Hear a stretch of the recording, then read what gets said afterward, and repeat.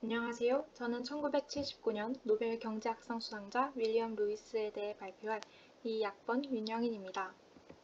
발표에 앞서 목차부터 말씀드리면 먼저 윌리엄 루이스에 대한 소개부터 하고 연구자의 시대 배경, 연구 동기와 연구 내용, 연구가 현실에 어떻게 적용되는지에 대해 발표하겠습니다. 윌리엄 아서 루이스는 영국령 서인도 제도 세인트 루시아에서 1915년 태어났습니다. 세인트 메리 칼리지와 런던 스쿨 오브 이코노믹스에서 경제학을 공부한 후 1948년에는 맨체스터 대학교, 1964년에는 프린스턴 대학교의 경제학 교수가 되었습니다. 그때의 연구 초점은 선진국의 공업화와 관련된 형태에서의 식민지 무역과 개발 문제에 있었으며 1954년 발표한 논문 무제한 노동 공급에 의한 발전은 루이스 모델이라 하여 각광을 받았습니다. 1955년 경제성장론은 제2차 세계대전 후에 나온 경제발전론의 대표적 저서로 꼽힙니다. 1960년대 후반 피어슨 보고로 유명한 피어슨 위원회에 참가하였고 1970에서 73년 카리브 개발은행의 총재를 지냈습니다. 이 밖에 국제연합, 세계은행 등의 국제기관을 무대로 현실적인 개발 문제에도 크게 공헌하였습니다. 1979년 슐츠와 공동으로 노벨 경제학상을 수상했습니다. 최초의 흑인 노벨 경제학상 수상자인 루이스는 자신이 개발도상국 출신임을 잊지 않고 평생 개발도상국의 빈곤과 경제 문제를 연구했습니다. 루이스가 개발도상국의 경제개발 문제를 본격적으로 탐구하기 시작했던 것은 1948년 맨체스터 대학교로 옮겼을 무렵이었습니다. 아서 루이스는 가난한 나라를 부자 나라로 만드는 개발 경제학을 연구 주제로 삼았습니다. 그가 본 가난한 나라의 공통점에는 끝이 보이지 않는 장기 불황, 헤아릴 수 없을 만큼 많은 농촌 실업자가 있었습니다. 그가 특히 관심을 가졌던 것은 개발도상국의 과잉 인구 문제였습니다. 그에 따르면 개발도상국은 농촌의 과잉 인구를 배경으로 임금 상승 압력 없이 공업화를 이루고 경제를 개발하는 게 가능하다고 생각했습니다. 그는 넘치는 노동 인구가 도시로 투입된다면 어떨지에 대해 생각해 보았습니다. 넘치는 노동 인구가 도시로 투입된다면 기업가들은 저렴한 비용의 노동력으로 끊임없이 제품을 만들고 농촌의 실업자들에게는 일자리가 생길 것이라고 생각했습니다. 무제한으로 공급되는 잉여 노동력이 경제 성장의 밑바탕이 될 것이라 믿었던 아서 루이스의 잉여 노동 모델은 개발도상국의 공업화 정책에 영향을 주었습니다. 그러나 루이스는 어느 순간 멈추는 경제 발전의 지점을 발견하였습니다. 이것이 바로 농촌 잉여 노동력 확보의 한계에 도달해 임금이 상승하고 이로 인해 고성장이 둔화되는 지점인 루이스 전환점입니다. 그래서 그는 저임금 노동력에만 의존하는 국가는 후퇴의 길을 걷게 된다는 결론을 내렸습니다. 윌리엄 루이스는 경제개발에 관한 연구와 교육 조건에 관한 혁신적 모델을 제안한 업적으로 1979년 슐츠와 공동으로 노벨 경제학상을 수상했습니다. 그의 연구는 언제나 개발도상국이 직면하고 있는 빈곤과 저개발에 집중되었으며 두 개의 유명한 개발 모델도 저개발의 원인과 연관된 것이었습니다. 첫 번째 모델은 개도국의 이중 구조에 관한 것입니다.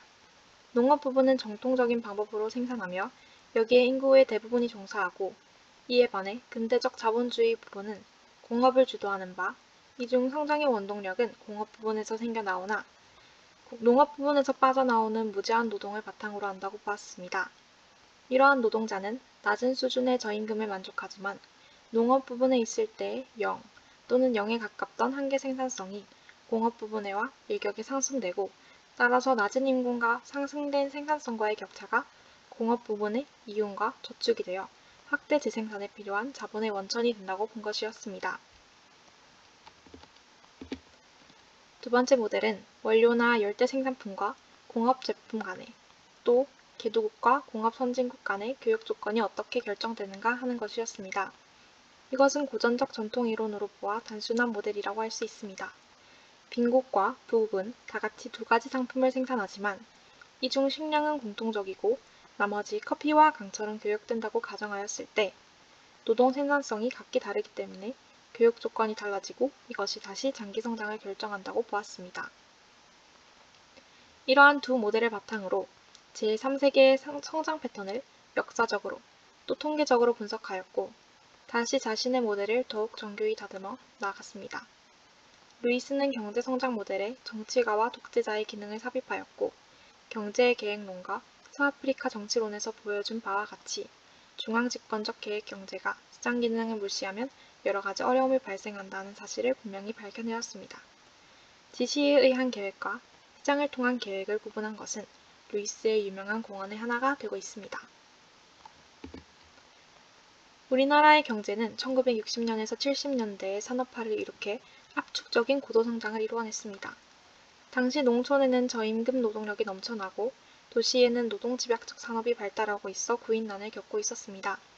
농촌의 저임금 노동자들은 일자리를 찾아 도시로 이동했습니다.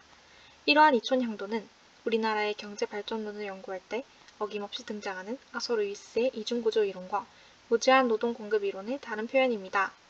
이 두 가지 이론은 한국 경제를 연구하는 수많은 경제학자가 실증적으로 검증하기도 했습니다. 한국은 1980년대 말 이미 루이스의 전환점을 겪었고 중국은 2010년 그 전환점에 도달한 것으로 추정됩니다. 중국으로 시선을 돌려보도록 하겠습니다. 중국의 도시화는 루이스의 이론을 따른 것입니다. 경제사를 연구한 학자들은 도시 거주자가 농촌 거주자보다 1.5배에서 3배 정도 생활 수준이 높았다고 주장합니다. 인구가 밀집하면 나쁜 점도 있지만 좋은 점도 있습니다. 규모의 경제, 노동의 전문화, 지식의 확산, 교역에 의한 생산성 향상이 가능합니다. 특히 기술의 발전과 함께 생산성 향상은 네트워크 효과로 강화됩니다.